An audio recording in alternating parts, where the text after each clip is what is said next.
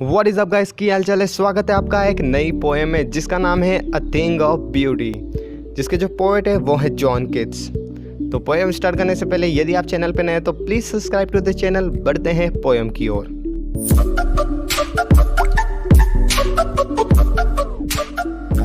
तो poem start करने से पहले हमें पोएम के कुछ डिफ़िकल्ट वर्ड्स का मीनिंग पता होना चाहिए। तो our first difficult word is bower. तो बोर का मतलब क्या होता है? Pleasant shady place under trees, मतलब पेड़ की छाया।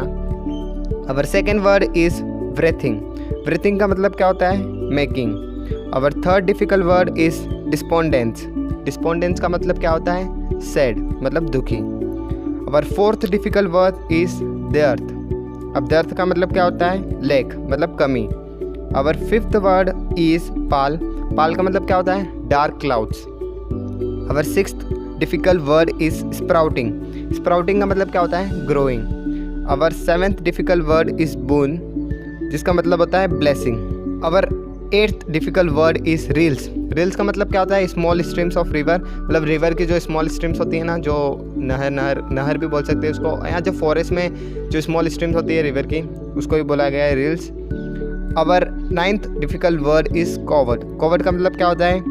Area of a thick low bushes, मतलब जो नदियाँ होती है उसके आसपास जो छोटी छोटी घास होती है ना, उसको ही बोला है कॉवर। तो ये थे हमारे इस पोएम के डिफिकल्ट वर्ड्स। अब पोएम का एक्सप्लेनेशन स्टार्ट करते हैं। तो पोएम में जो पोएट है वो हमें बता रहे हैं कि हर एक लिविंग ऑर्गेनिज्म की एक कुछ ना कुछ थिंग ऑफ ब्यूटी होती है, जो उसे जॉय देती है, जो उसे खुशी देती है, और उसकी लवलीनेस हमेशा इंक्रीज हुआ करती है। मतलब हर बार जब आप उसे देखोगे तो उसकी लवलीनेस में इंक्रीमेंट आपको मिलेगा, और कभी भी उसकी लवलीनेस नथिंगनेस में क्रिएट नहीं होती है। मतलब कभी भी आपको बोरिंग नहीं लगेगा, कभी भी आप बोर नहीं होगे उसे देख के। तो यहाँ पर पोएट ने बताया है कि डिफरेंट ऑर्गेनिज्म की डिफरेंट थिंग ऑफ ब्यूटी हो सकती है। और यहाँ पर साथ ही पोएट हमें बताते हैं कि वो थिंग ऑफ ब्यूटी आपके लिए एक बोर क्रिएट करता है। अब बोर क्या होता है? Shady place under tree. तो आप जब ट्री के अंदर बैठते हो तो कैसे सुकून की फीलिंग होती है, मतलब आपको कितना शांत महसूस होता है या कितना अच्छा महसूस होता है, वही फीलिंग आपको महसूस कराता है वो थिंग ऑफ ब्यूटी, जो कि डिफरेंट हो सकती है डिफरेंट पीपल्स के लिए। थिंग ऑफ ब्यूटी आपको स्वीट ड्रीम्स में खो सकती है, जो कि आपके हेल्थ के बारे में होंगे या आपके खुद के बारे में होंगे। इसके बाद पोएट बताते हैं कि हर सुबह जब ह्यूमंस फूलों की माला बना के गॉड को चढ़ाते हैं, तो फूल भी एक थिंग ऑफ ब्यूटी है, क्योंकि उसे देखकर भी काफ़ी ह्यूमंस खुश होते हैं, और उसकी जो फ्रेगरेंस होती है वो हमें खुशी देती है, और उसकी खुशी हमेशा इंक्रीज हुआ करती है। तो फूलों को भी यहाँ पर एक थिंग ऑफ ब्यूटी बताया है पोएट ने। इसके बाद पोएट हमें बताते हैं कि ह्यूमंस की कैसी भी कंडीशन हो, भले वो अनहेल्दी हो, सैड हो, बट जब वो थिंग ऑफ ब्यूटी उनके सामने आती है तो उनका मन खुश हो जाता है, और उसकी जो लवलीनेस वो इंक्रीज़ हुआ करती है, और उनकी जो जितनी भी डार्क कंडीशन थी या जितने भी बुरी कंडीशन थी वो सब भूल जाते हैं, और वो उसी के जॉय में खो जाते हैं। तो वो थिंग ऑफ ब्यूटी वो बताई है कि हर ह्यूमंस की अलग अलग होती है, और जब वो थिंग ऑफ ब्यूटी ह्यूमंस के सामने आती है तो वो पूरा मग्न हो जाता है उसमें, और उसका जो लवलीनेस वो इंक्रीज़ हुआ करती है। इसके बाद पोएट हमें कुछ कॉमन थिंग ऑफ ब्यूटी बताते हैं, जैसे कि sun, moon, young and all trees and growing trees. तो कुछ यूनिवर्स की चीज़ है जो कि काफ़ी खुशी देती है ह्यूमंस को, और इन्हें भी थिंग ऑफ ब्यूटी बताया है।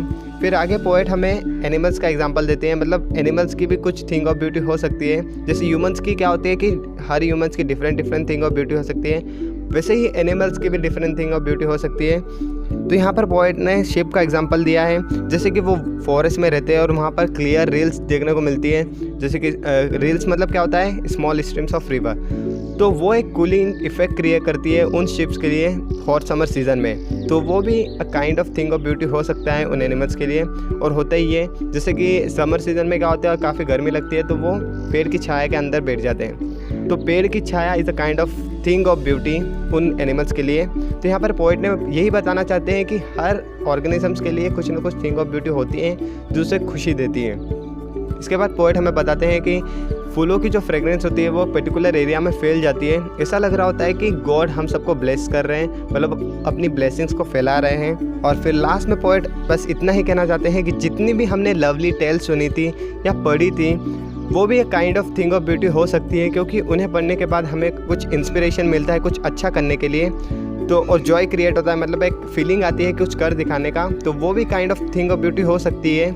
और पोएट हमें बताते हैं कि एक इमॉर्टल एंडलेस फाउंटेन चल रहा है ऊपर से, हेवन से, जो कि हम सबको ब्लेस कर रहा है, मतलब ब्लेसिंग्स पोर कर रहा है। तो ये भी kind of thing of beauty हो सकती है जो कि गॉड ने हम सबको दे रहे हैं। तो इस पोएम का कंक्लूजन इतना ही है कि हर ह्यूमंस या हर लिविंग ऑर्गेनिज्म की एक थिंग ऑफ ब्यूटी होती है जिसे जॉय देती है, जो उसे खुशी देती है। उसकी लवलीनेस हमेशा इंक्रीज हुआ करती है, कभी भी डिक्रीज नहीं हुआ करती है। तो यही थी हमारी शॉर्ट एंड क्रिस्प पोएम। यदि आपको अच्छी लगी तो let me know in the comment section, और यदि आप चैनल पर नए हो तो please subscribe to the channel and share it with all your friends. मिलते हैं अगले वीडियो में। Till then stay tuned.